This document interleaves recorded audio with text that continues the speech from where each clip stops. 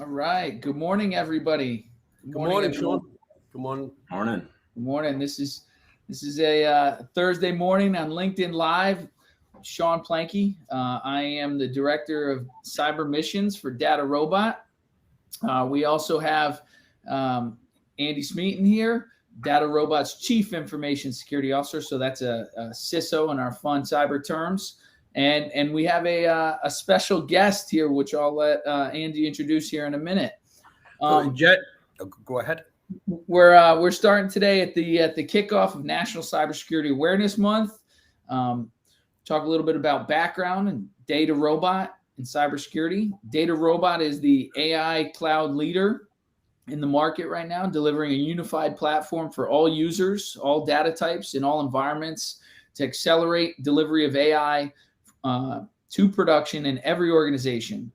And my role here as the director of cyber missions, I work to develop repeatable use cases in cybersecurity, utilizing our AI platform for our customers so we can harness that power and provide better security for the business. So Andy, thanks for talking with us today. Would you like to introduce our secret weapon here? Okay, and this is Jeremy Funk, and Jeremy's a data scientist, and he's definitely the genius in the room. Jeremy. Hey guys, hey, good to be here. So yeah, I'm a customer-facing data scientist at DataRobot. So it means I work on data science problems, but I specifically interface with customers to help them be successful with their use cases and application of the DataRobot platform. I spend most of my time in the public sector, but have been working with Sean and Andy here recently in the cybersecurity space, which has been pretty interesting. So thanks for having me. Thanks for being here. So before we get started, I want to talk to everybody a little bit about this platform. You can see there's a questions area where you as the audience can engage. We're going to talk about a variety of different topics today. Please make sure to ask some questions to us. Nice, Jeremy's already getting the shout outs. I like it. Please throw some questions out there. Or bring up any sort of points. We will be engaging with the dialogue. So look forward to hearing from you. And then this will roughly run about 30 minutes, just so everybody can keep to their Thursday calendars. We want to make sure we respect everybody's time here as well. So getting started, Andy, you've been at DataRobot for a little bit of time. You're in charge of the security. AI is the front and center space. Tell us why DataRobot and what's your background? Oh, hey, before we start talking about me, let's talk about you first, right? Let's talk about your background, right? And recently, I believe you got an award for, what was it? You fell off the boat the most times. Can you tell us about that? That's right. That's right. Those of you who don't know, thank you for that, Andy. I recently got an award from my university. I went to the U.S. Coast Guard Academy, and I received a Distinguished Alumnus Award last weekend. So thank you for bringing that up. That was based on my work in cybersecurity, and then specifically maritime cybersecurity. Before DataRobot, I spent past couple of years working in and out of government on maritime cybersecurity, the National Maritime Cybersecurity Plan that was signed by the president. I was a primary author of it, and then also working to protect the electric grid from cybersecurity incidents as a senior leader at the Department of Energy. Thanks for bringing that up, Andy. So Sean, for everyone, Sean's the rock star of the show. You got the rock star, you got the genius, and then you got just the CISO, right? So a little bit about my history. I started off in the government for security, the British government there is, many years ago, and I transitioned into the commercial space. Mostly I've worked for like financial companies. I worked for a health company one time, but financial companies I've worked too in the Middle East, Europe, and America, a couple of stints in America. But I'm actually a citizen now, so I'm here to stay in America. I'm pretty much loving it. And how I joined DataRobot a few years ago, I was in a company called MIB, and I was really happy at the company.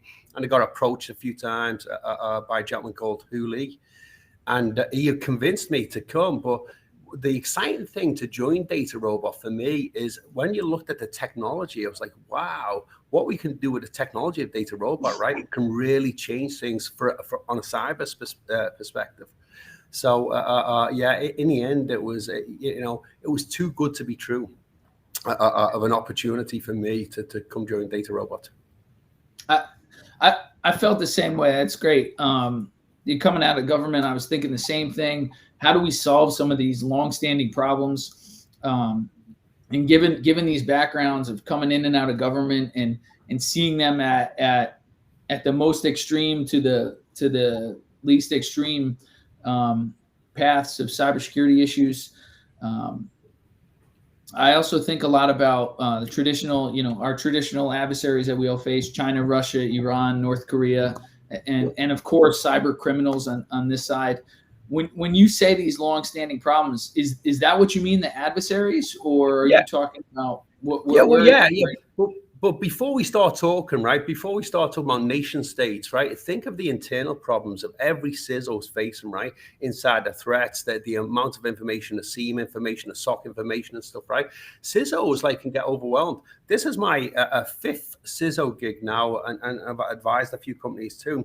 And I see a lot of the same problems, right? They're just overwhelmed by the amount of data that they get, right? It's the common problem is they have a tremendous amount of tools, and really they can't correlate the data.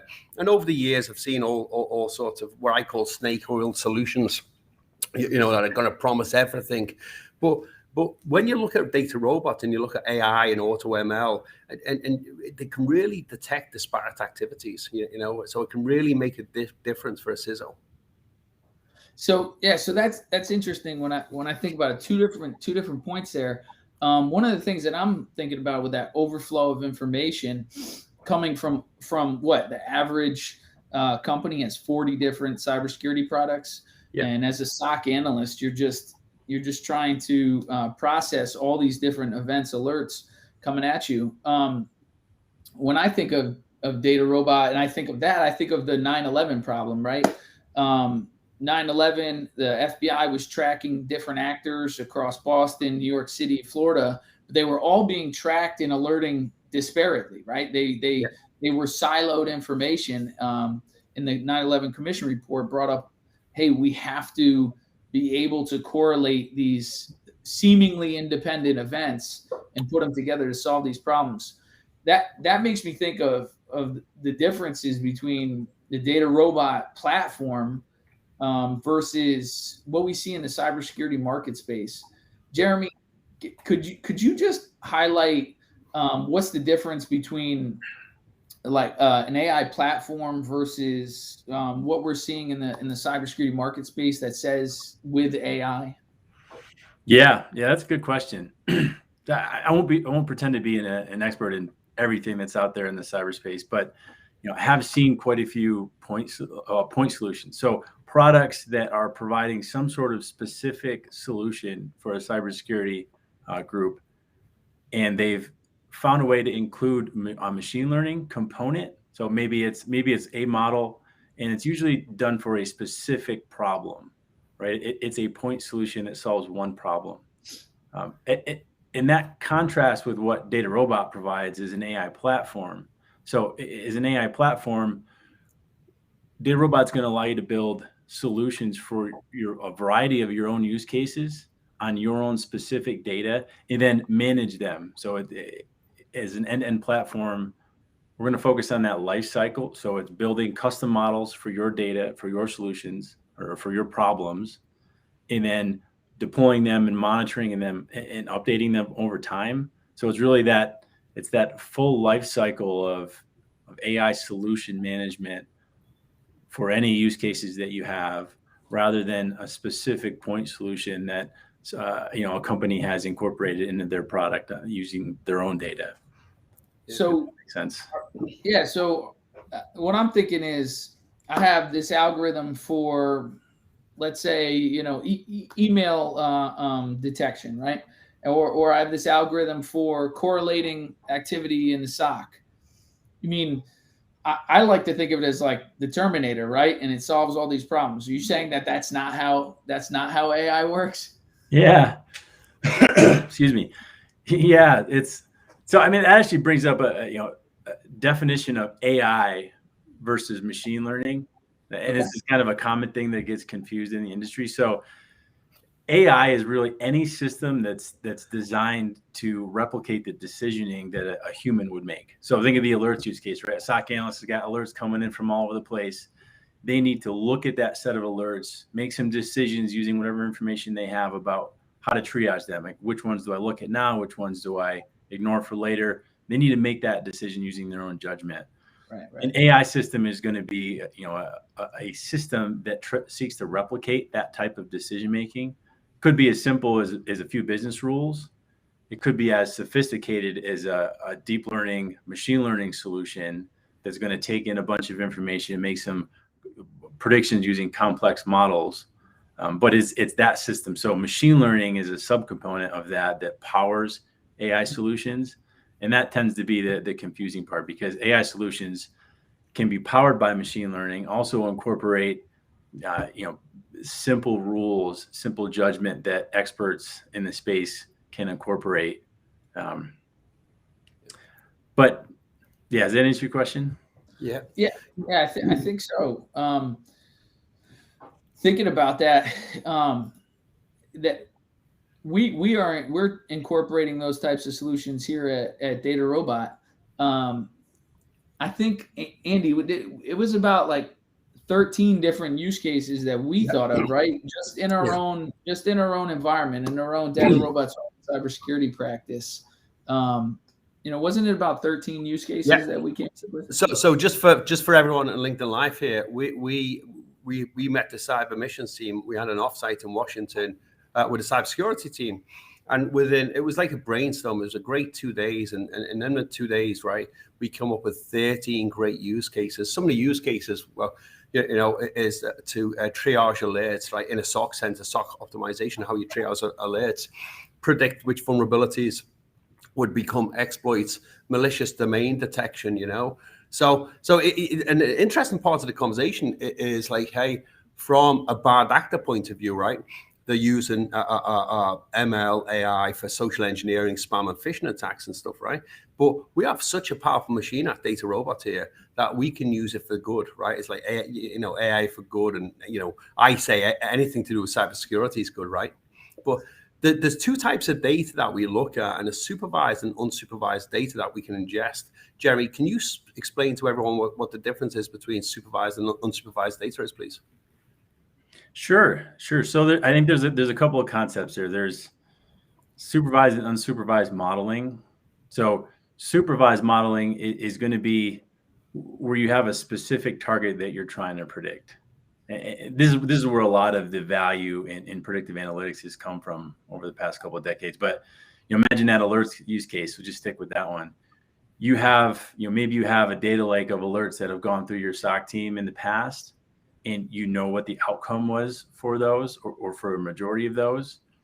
You can use that to build a machine learning model that takes in information about those alerts that's available when they come through, and then the outcome, which you don't know at the time that they come through, but you do know for that historical data, that historical set of alerts that your team has reviewed.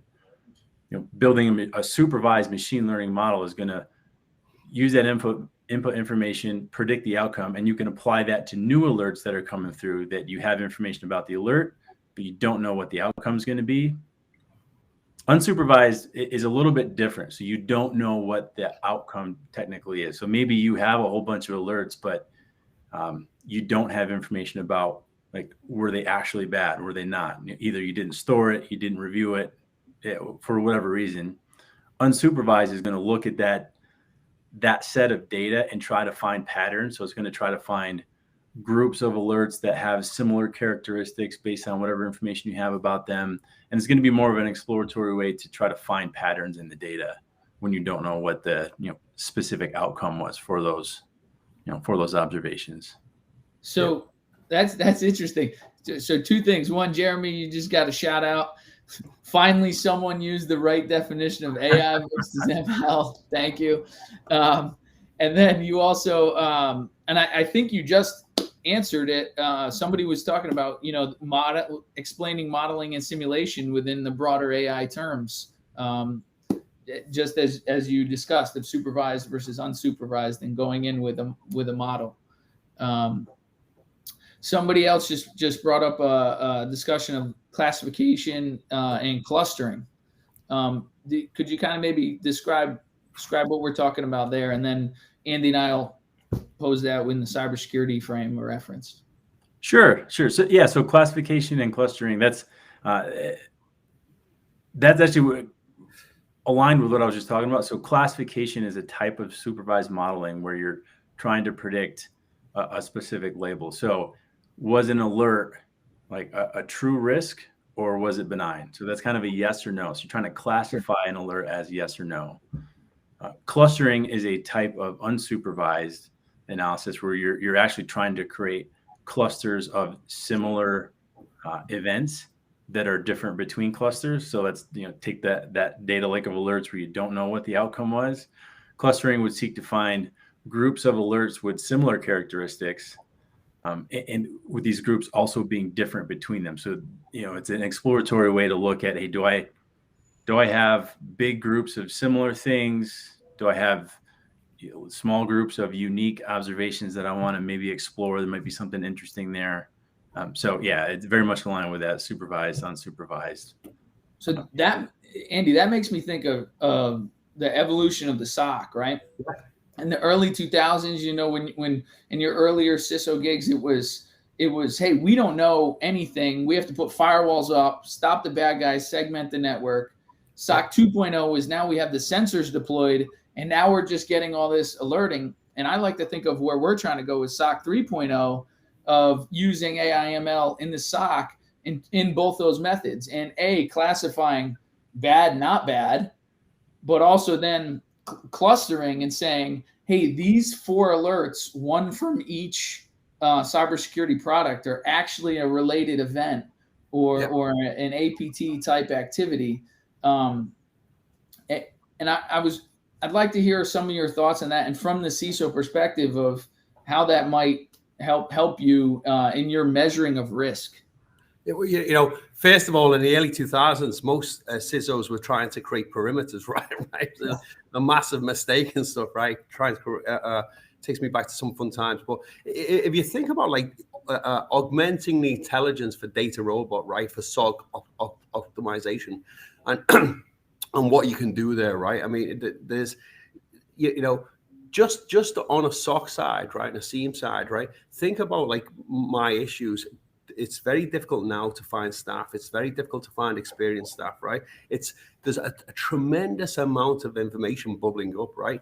And it's the 0.1% of the information that I really want to see, right? So if you can utilize DataRobot for the SOC optimization and bring it all together, and there's a lot of companies that say they do it, but they don't. They may get you to the top 5% of information, but they don't get the stuff that you need to in your kind of inbox.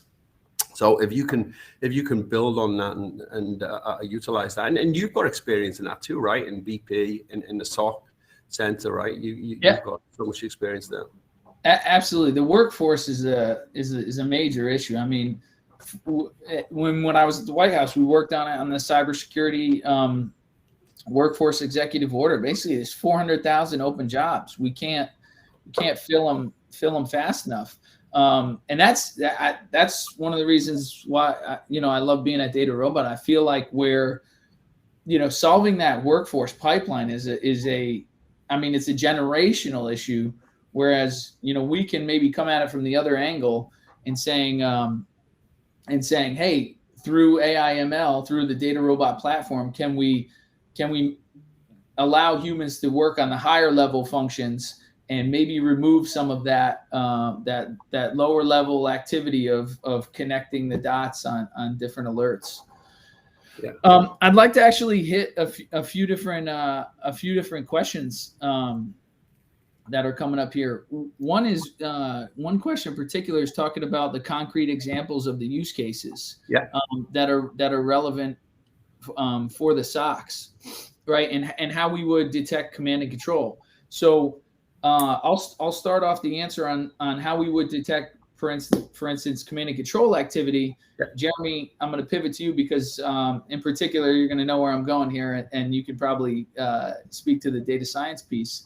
When we think of command and control activity, one of the things I like to use is in real life. We just had a active use case with the SolarWinds events, right? If everybody remembers the SolarWinds attack of last November, basically it was a supply chain attack where SolarWinds products were making call outs to command and control servers and saying, hey, do I have to, should I do something? Is it time for me to report back? What should I do? The command and control servers were constantly changing. They were changing because they, the SolarWinds product was going off a domain generated algorithm. So that means a mathematical formula was saying, go to this address, go to that address. And it kept changing, which means traditional cybersecurity products are based on signature detection, which says, hey, I saw this bad in the wild, so now you know this is bad over here. But when you have a domain generated algorithm that changes on a time interval or different period, it actually, like, you're always going to be behind that clock. You're always going to be behind the detection point. When we think about that from a DataRobot AI/ML point of view, Jeremy, how could you potentially get ahead of detecting that command and control activity through machine learning? Yeah. Yeah. This is an interesting use case because, like you said, if you're relying on labeled signatures, so domains that are bad, you're always going to be behind the curve. So what you want to do is find information about domains that you're going to have before you know they're bad. And one way is using information like what's their traffic, their usage, their DNS signature look like. If you have a domain generated or an algorithm generated domain that you're seeing in your network traffic, it's going to look a specific way, right? It's not going to look like an established domain that's been used, or even if it's an internal domain that your employees have been hitting it, that's going to have some level of pattern.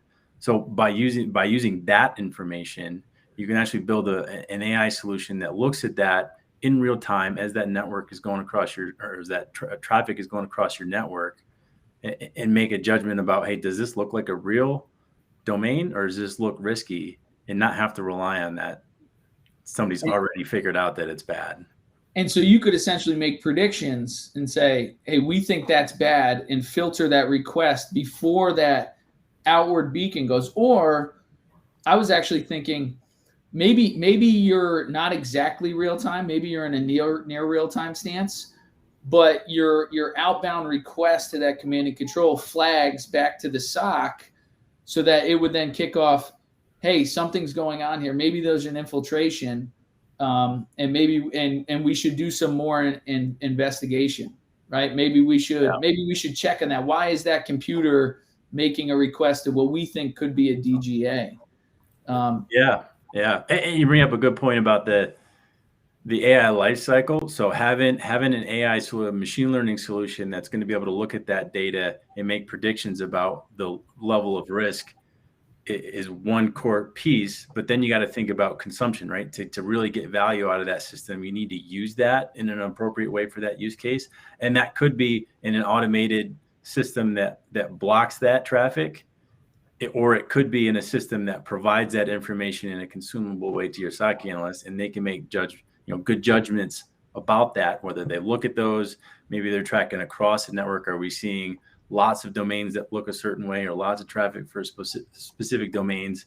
And that, how you use that is going to probably be specific for your organization, what kind of traffic you're looking at. But that's part of that life cycle. Andy, Jeremy, that was a great point. Andy, I was thinking about this. Jeremy just said, how is it talking about what accuracy is important to you and how near real time you would need as a CISO. So two questions there between you and Jeremy. Like, what level of accuracy does one expect in these machine learning models, and how we tune them, Jeremy? And then Andy, could you speak about like how is real time versus near real time? When do you kick things over for investigation? When your thought from the CISO perspective of what the level of risk is there? Yeah. Okay. First, hey, Jeremy, can you explain the level of accuracy is that we predict? Yeah. That's an interesting question, and yeah, I like the answer because it depends. It depends a lot on the use case and how much signal there is. So, think about things like credit card fraud, right? You're using your credit card. There's systems to predict whether or not that's fraud in place, and if the system predicts that it's fraud, even though it's your credit card and you're using it, you're just traveling, and it declines that, that's a terrible experience, right? So in that example, you want to be super accurate because the action you're taking is going to have a negative impact, from the credit organization perspective. There are other use cases. So in the alerts use case, we may not have to know with 100% accuracy that this is bad and this alert is not bad, right? If you have a system that gets somewhat accurate and rank orders those and say, hey, the top 30% of alerts captures most of the bad stuff, even though it's maybe 30% accurate or 30% bad, and I'm just making stuff up here, that may be massively valuable to that organization because they can focus all their time where it matters. So it really is use case dependent on what kind of accuracy you need, as well as how much signals in the data will define how accurate your models could be. Yeah. So, hey, for me, I want to answer Meg's question first. I'm going to answer a few questions here. And so Meg said, so the problem you're solving is limited for the limited workforce in cyber, right? That's a great question. And that's partially true, but it's really about the optimization, Meg, right? It's about like, hey, how do I optimize my team? And how do I optimize my resources to get them front and center, dealing what they should be dealing with, right? So that's my answer there.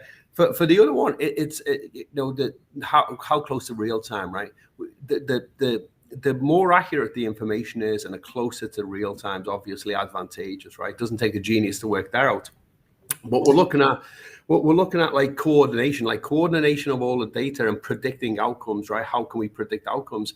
And even some of our customers now have used DataRobot to predict outcomes of network outages, right? They've seen massive correlations of data and have predicted, okay, all these things happened. Here's what the outcome is going to be. And so, one of our customers, and I ended up speaking to another genius data scientist, right? That was teaching me how to save what they say is, millions of dollars for predicting network outages, right? Like, other customers have used it for NPL, DataRobot NPL, to predict phishing, So they've got all the cyber use cases, and this is a kind of a large customer in the financial industry that have got a lot of the cyber tools that we all have, right? But they've gone to a layer above, and the data scientists have wrote use cases, right, as how to stop phishing attacks, right? The really advanced phishing attacks. So yeah, so sorry, I answered like 3 or 4 questions in one. No, that's great. So actually, bridging off that is was the question about working this across different cloud services of different vendors versus an on-premise environment. One of the things that, Andy, you and I have talked about this, and Jeremy too, actually, is we want to sit above the we're not a competitor of a CrowdStrike or a Proofpoint or any of those major excellent cyber products, right? Yeah. We actually want to sit above that, right? And make predictions, aggregating their information to shorten the decision cycle for the humans and reduce the risk. Yeah. When you think about that in like a multi-tenant environment, right? The multi-cloud platform or services. Can you speak about where you see us connecting in there, Andy, a little bit? Yeah. So if you look at the big players in the cybersecurity industry, right? we can definitely enhance them. I refer to this, as you know, Sean, as selling the gearbox, right? We can enhance them by putting a DataRobot gearbox into their product and stuff, right? And some of them are tremendous products and stuff, right? But it's going to really improve their ML AI point of view and stuff right there. There's a few questions, guys. I think are we out of time, or we've got like a little bit of time left? Because let's get to a couple of questions. Yeah, we basically, I think we got time for about 2 questions. Okay. And then and so we'll answer 2 questions. I think a good data science one, and it's very relevant to the cyber community, is data pollution. Yes. How does data pollution affect use cases? Jeremy, can you talk real quick about filtering the data sets and what data pollution is? Yeah. Data quality is always an issue. It's always something that you need to be aware of. It can be a problem for certain use cases. The key thing is to have the tools available to assess data quality, to be able to look at your data, get a good feel for, hey, does this make sense? Do we have all the information that should be there? Are we missing things? So it's really about assessing it. I mean, it certainly can be a problem for use cases, but the important thing is knowing whether it is or not. Yeah. Right. So understanding that ahead of time. So it sounds like what you're saying is preparing, and in most things in life, right? This is like the Einstein quote: spend most of your time planning and preparing, and then the execution is the least amount of time. Yeah. At the end of the day. I think the statistic is that data scientists will say they spend about 70% of their time on data prep. And a lot of that is assessing data quality and organizing it and getting it ready for solutions. And that's a place where automation, like what DataRobot provides, in doing a lot of exploratory data analysis and providing you those tools to not spend your time creating them, spend your time understanding and interpreting your data, that can go a long way. And just a shameless plug, we provide data prep too, right, Jeremy? We do. Yep. Hey, so let's close some notes here and stuff. And I'd like to say, the genius, the rock star, and the CISO, right? The 3 of us. But thank you very much for everyone joining. Sean, do you want to add any notes?